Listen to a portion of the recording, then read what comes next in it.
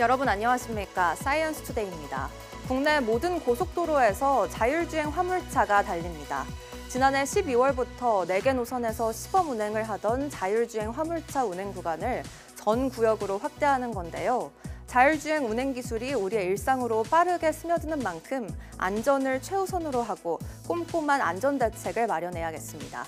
오늘의 주요 뉴스 만나보시죠.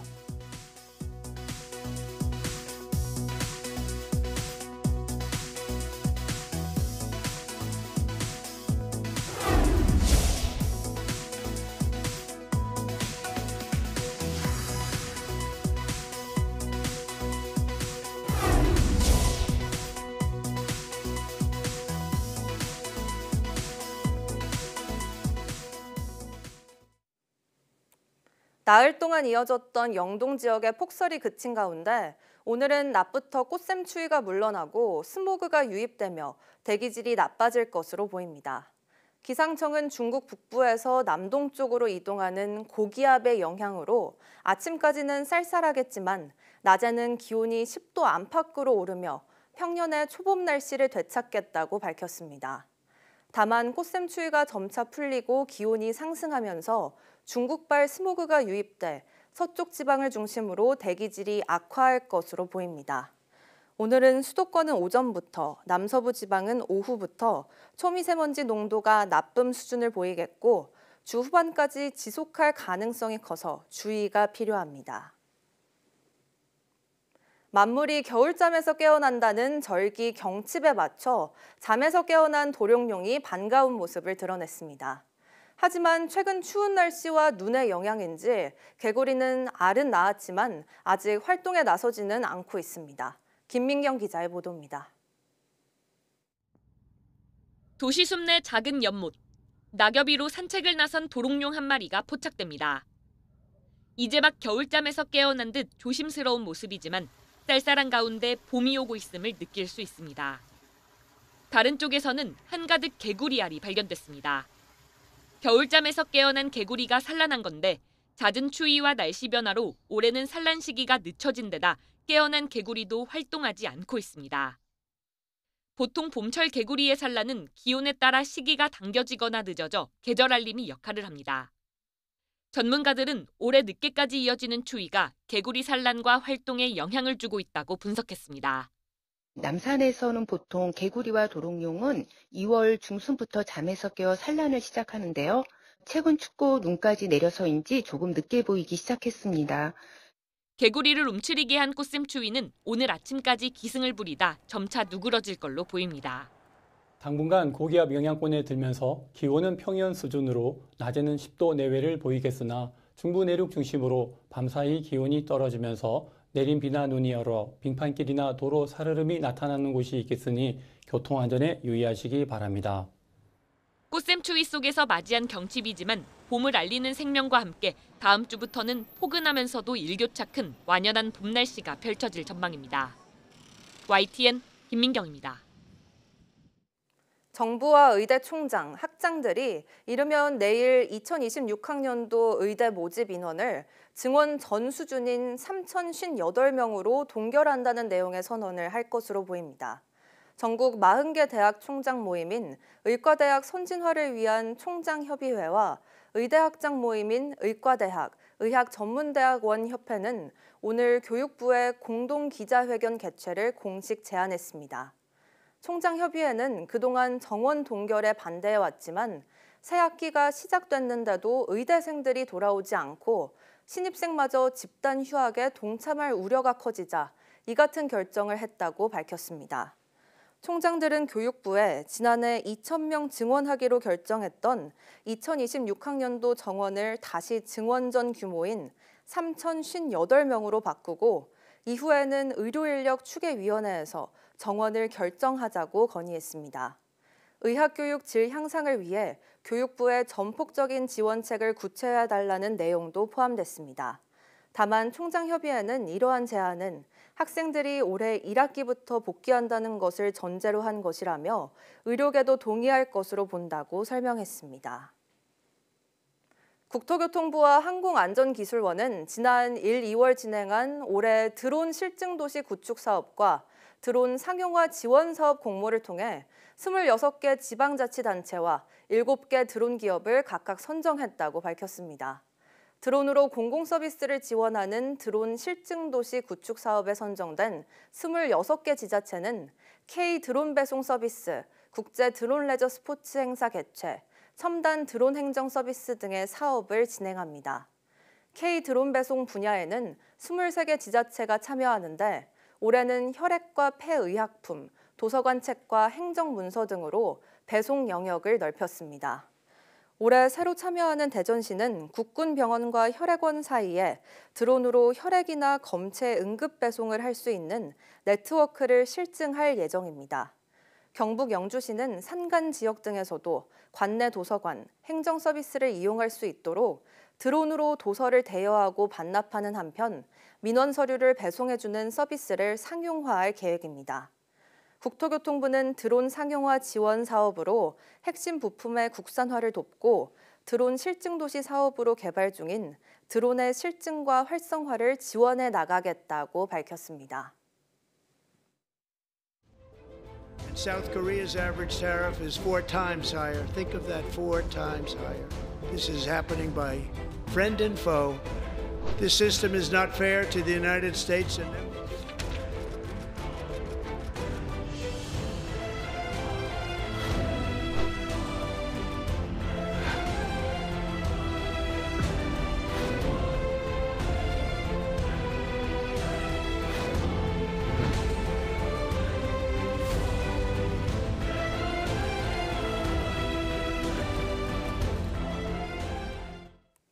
트럼프 미국 대통령이 알래스카 가스관 사업 참여와 반도체법 폐기를 언급하며 우리나라에 대한 투자 압박을 더욱 노골화했습니다. 하지만 당장 눈앞의 관세만 보고 대규모 투자에 나설 수 없는 노릇이라 정부와 기업들은 난감하기만 합니다. 최하영 기자가 보도합니다. my administration is also working on a gigantic natural gas pipeline in Alaska, among the largest in the world, where Japan, South Korea, and other nations want to be our partner with investments of trillions of dollars each. 트럼프 대통령이 언급한 알래스카 가스관 사업은 알래스카 북부의 천연가스를 남부로 나른 뒤 액화에 수출하는 사업입니다. 1,300km 길이의 가스관과 액화 터미널을 건설하는 등 초기 비용만 64조 원 넘게 들어갈 것으로 추산됩니다. 트럼프 대통령이 공들이는 사업인 만큼 우리 정부는 관세 대응 카드의 하나로 사업 참여를 검토해왔습니다. 이를 위해 이제 막 미국과 실무 협의체를 구성했는데 트럼프 대통령이 기정사실로 하면서 정부도 난감해졌습니다. 일찍이 엑손모빌 등 대형 석유사들이 개발 어려움과 사업성 문제로 손을 뗀 데다가 우리가 투자 대신 무엇을 얻을 수 있을지 손익 계산기도 두드려봐야 하기 때문입니다. 에너지 수입선을 좀 다변화해야 되고 에너지 해외 투자를 좀 늘린다는 측면에서는 후기 개발 비용이 매우 크고요.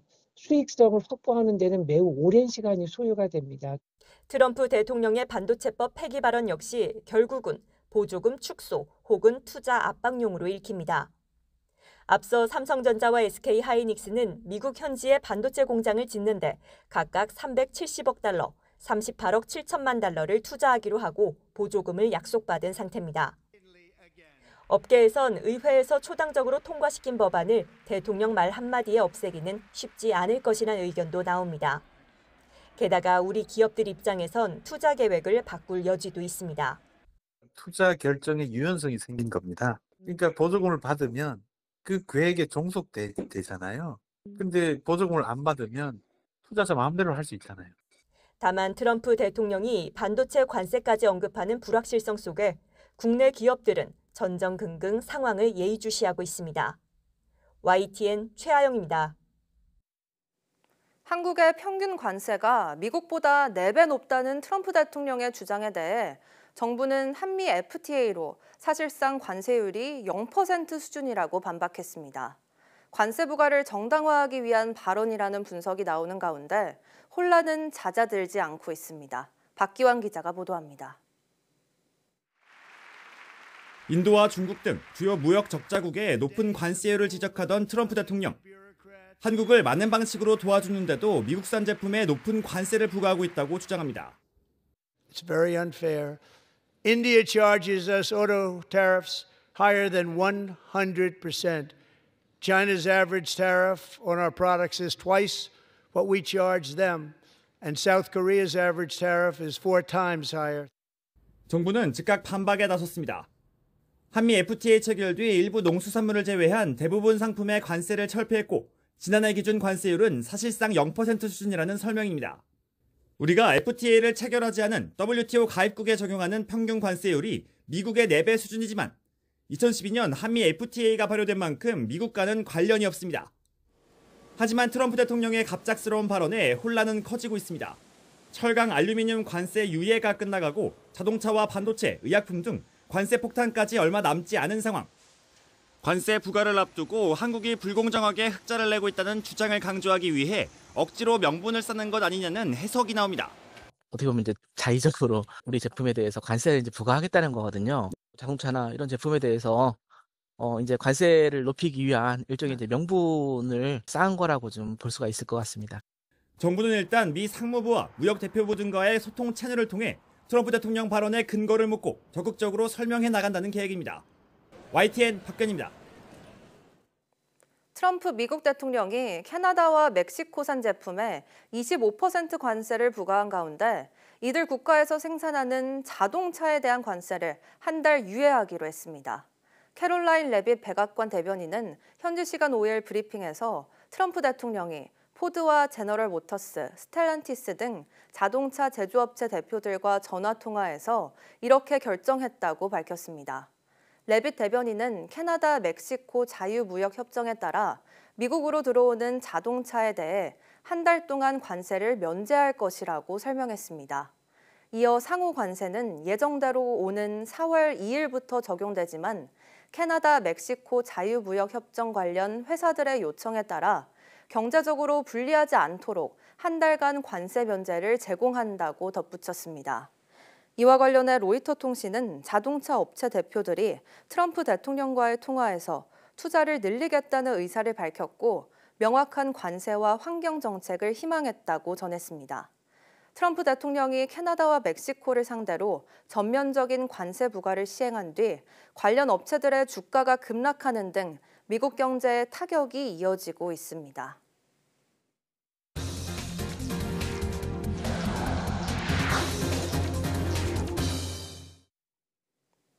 해열제로 널리 알려진 아스피린의 암 전이 억제 기전이 규명됐습니다. 영국 케임브리지대 연구진은 생쥐 실험에서 아스피린이 염증에 관여하는 특정 효소를 억제하면 이로 인해 면역 T세포가 활성화돼 전이 암세포를 공격한다는 점을 확인했다고 밝혔습니다. 암세포는 혈소판이 분비하는 트롬복산 A2라는 물질을 생성해 T세포의 활성을 억제하는데 아스피린이 특정 염증 효소를 억제하면 트롬복산 A2의 생성이 차단되는 원리입니다. 연구진은 중요한 연구 성과라면서도 아스피린이 일부 사람에게 심각한 부작용을 일으킬 수 있고 아직 임상시험이 진행 중이라며 복용하기 전에 의사와 상담해야 한다고 말했습니다. 원통형 배터리의 디자인만 바꿔도 배터리의 성능이 개선된다는 연구 결과가 나왔습니다. 유니스트 에너지화학공학과 정경민 교수팀은 특정 곡률을 가지는 단판셀을 제작하고 상용 21700 원통형 셀과 비교 분석해 배터리 전극의 곡률이 성능에 영향을 미친다는 사실을 밝혀냈습니다.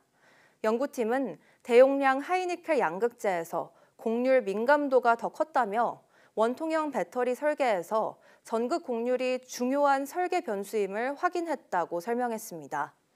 또 원통형 전지의 성능 최적화를 위해 전극 양면 두께를 각각 조정하는 새로운 설계 전략도 제시해 배터리의 성능은 물론 안정성, 수명 향상 등이 기대된다고 덧붙였습니다. 기업 회생 절차에 돌입해 충격을 준 대형마트 업계 2위 홈플러스. 가장 큰 원인은 부진한 실적이었는데요. 각종 규제에 이커머스의 공세에 밀려 설 자리를 잃어가고 있는 대형마트의 현실을 잘 보여줬다는 점에서 업계의 위기감이 커지고 있습니다. 오동건 기자가 취재했습니다. 신용등급 강등의 기업 회생 절차라는 벼랑 끝 카드를 던진 홈플러스.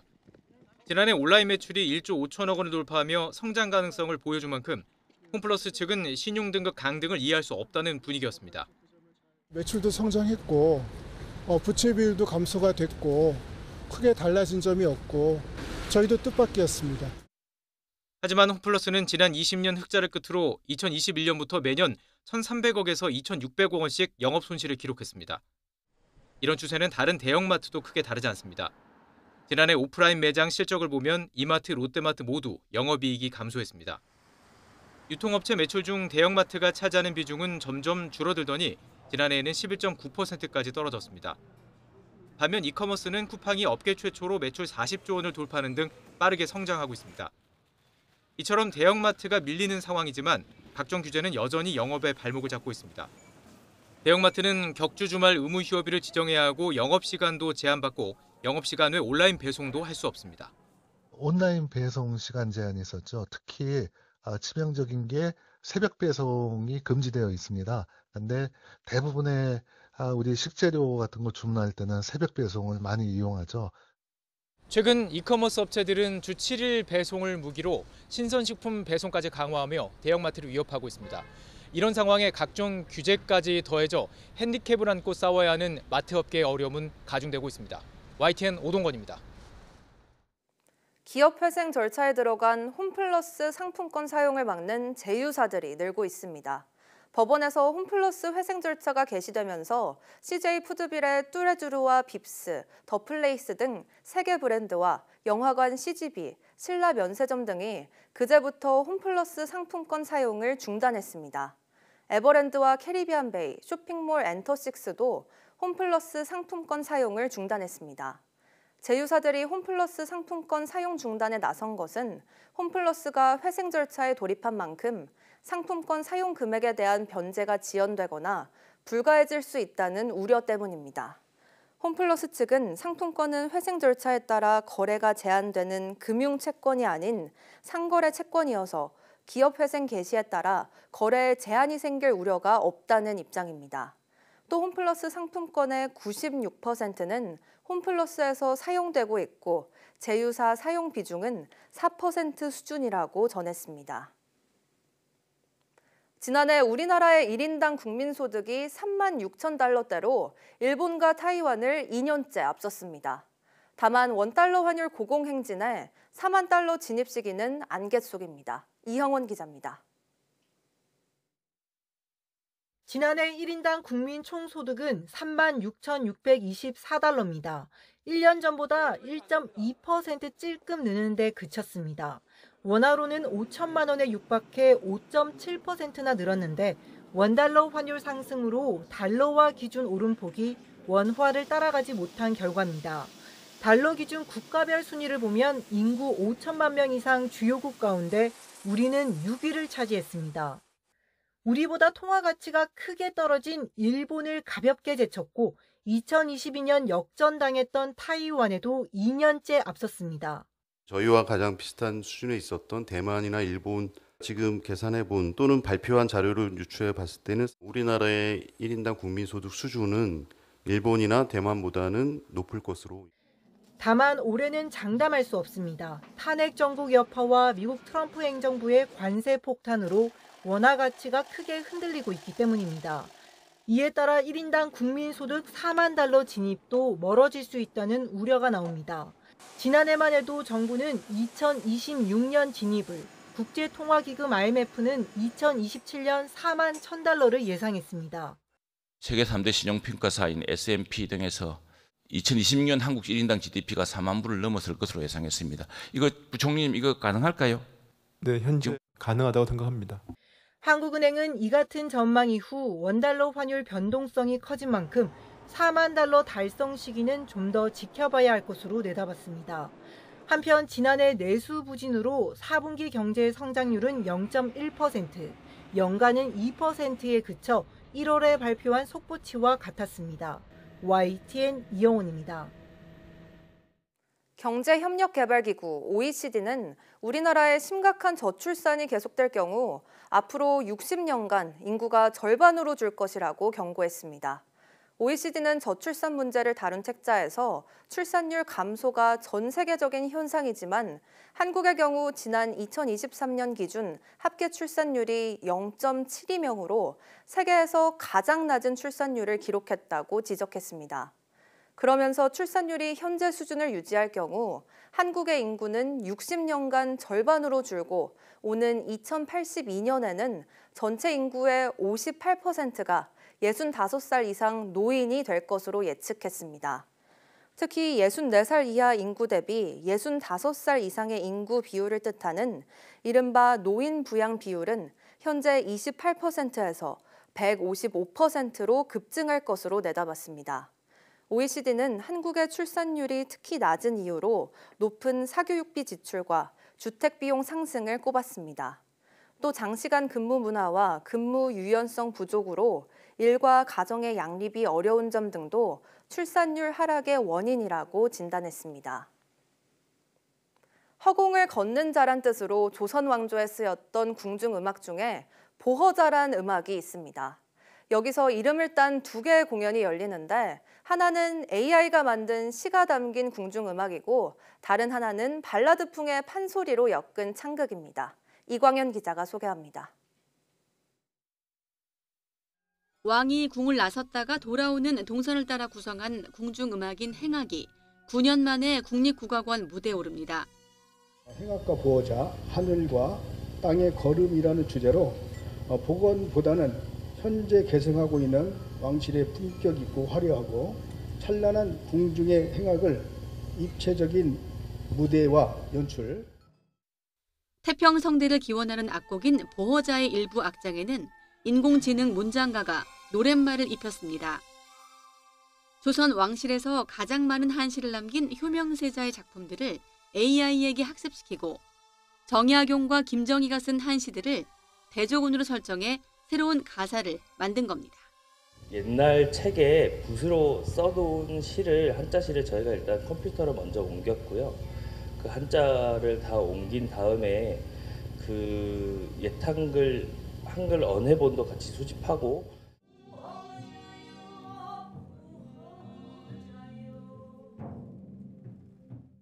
이번엔 조선의 7대 왕인 세조와 그의 권력욕에 희생된 안평대군을 소재로 한 창극 보허자입니다. 비극의 역사 그 이후에서 이야기는 출발합니다.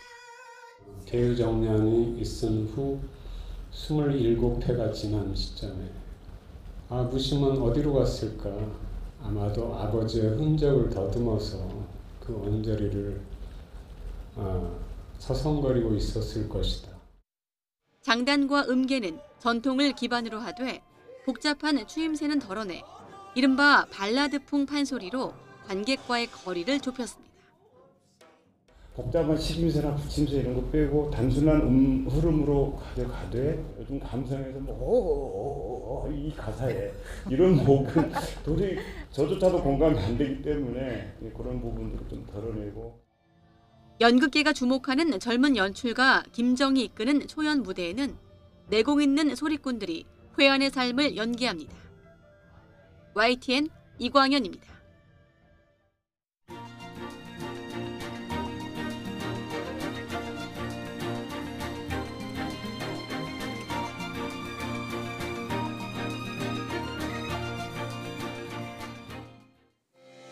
(3월 6일) 오전 사이언스 투데이 마칩니다.